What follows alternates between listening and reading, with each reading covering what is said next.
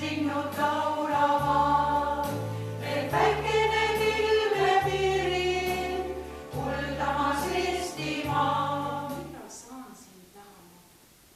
Kas eksin rändan võõral maad teel? Kas olen sinust kaugel veel? Niimoodi õhkas ja ihkas kodu taga, kes olid saadetud siit kaugel. Tuleb meile meelde, et see on küüditamise aastapäev ja tänavu aastal oli koolivaheaeg eelmisel nädalal.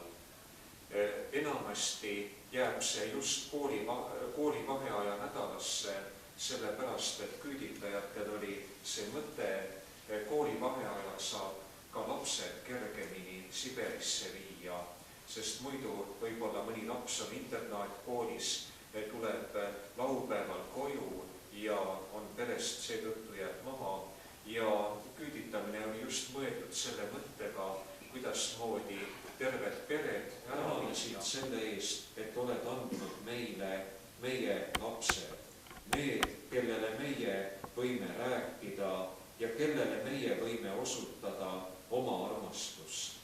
Me palume sind, hoia maailma rahvaid, aita, et ei oleks enam tapatalguid, et ei oleks enam küüditamist. No, mis siin siis ikka öelda? See oli väga raske ja ma ei tahaks enam rohkem rääkida numbrites, vaid ma räägiksin sellest, lihtsalt tuletaksin meelde nendele, kes selle kõik üle elasid, kes üle elasid.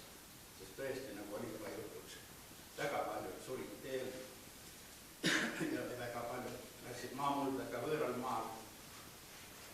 Sest kui kõige noorem oli 3-päevane väike tüdruk Hiiumaal, tema on teada, et ei elanud aastatki, sai suri ära ja paljud teised.